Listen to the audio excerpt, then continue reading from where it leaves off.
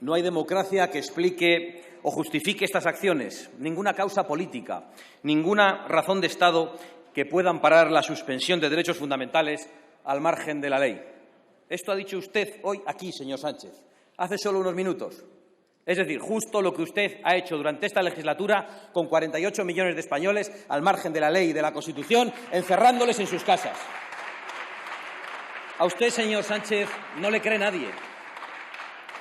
Usted, señor Sánchez, no tiene ninguna credibilidad. Es una mentira con patas, es la mentira hecha persona.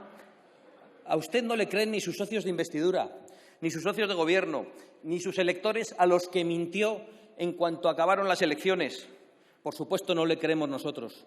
Yo no me creo nada de lo que ha contado aquí, salvo el odio y la agresividad que ha mostrado.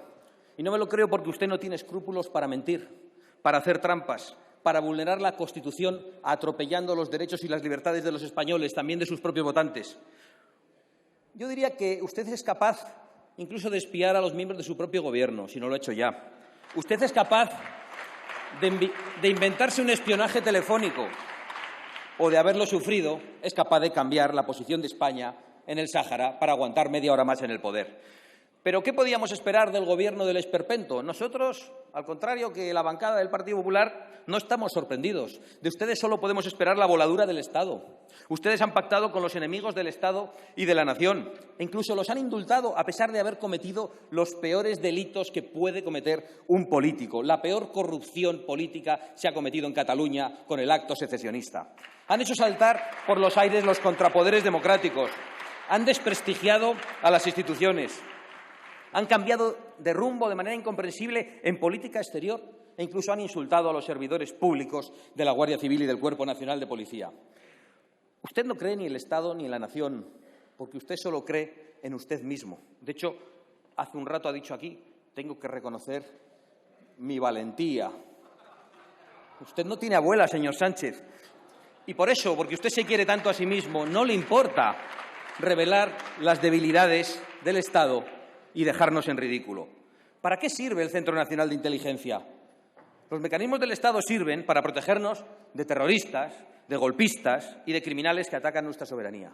Y el señor Sánchez lo que ha hecho es criminalizar y cesar a quienes nos protegen e indultar y asociarse con quienes nos atacan a los españoles. Y además se ríe de los españoles usted. Se ufana en decir cosas, como ha dicho recientemente, que la selección española con usted puede jugar en Cataluña, que a usted no le dan golpes de Estado. Hombre, solo faltaba que los que mandan, que los que han incorporado a la dirección del Estado y a conocer secretos oficiales, le dieran golpes de Estado. ¿O es que quizá el golpe de Estado consiste precisamente en eso?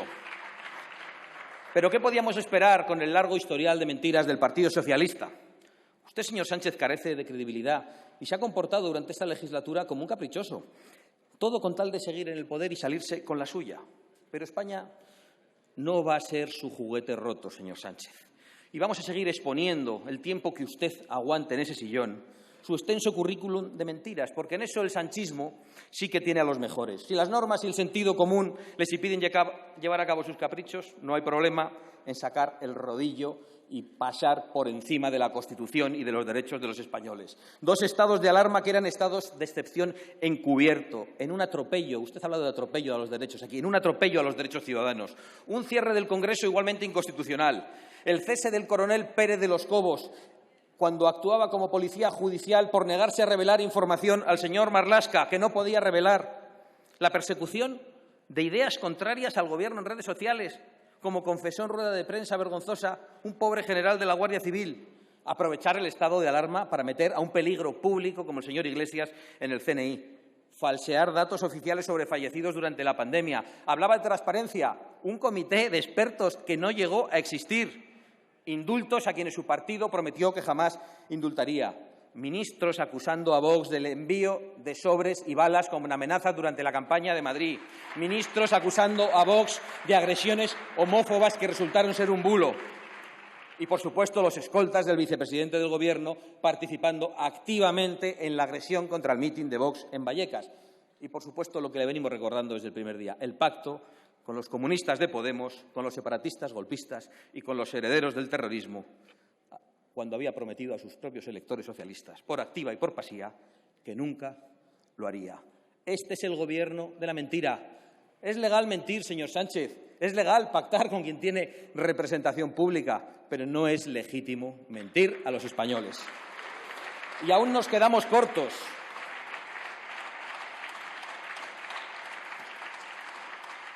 Y ahora nos viene con una historia de escuchas y de espías. Si es cierto, ¿para qué lo cuenta? ¿Para qué da muestras públicas de debilidad del Estado? Y si no lo es, ¿para qué se lo inventa? ¿Qué interés tiene en victimizarse? Por otra parte, escuchamos a todas horas, por parte de la derechita incauta en los medios de comunicación, apelaciones a un PSOE sensato.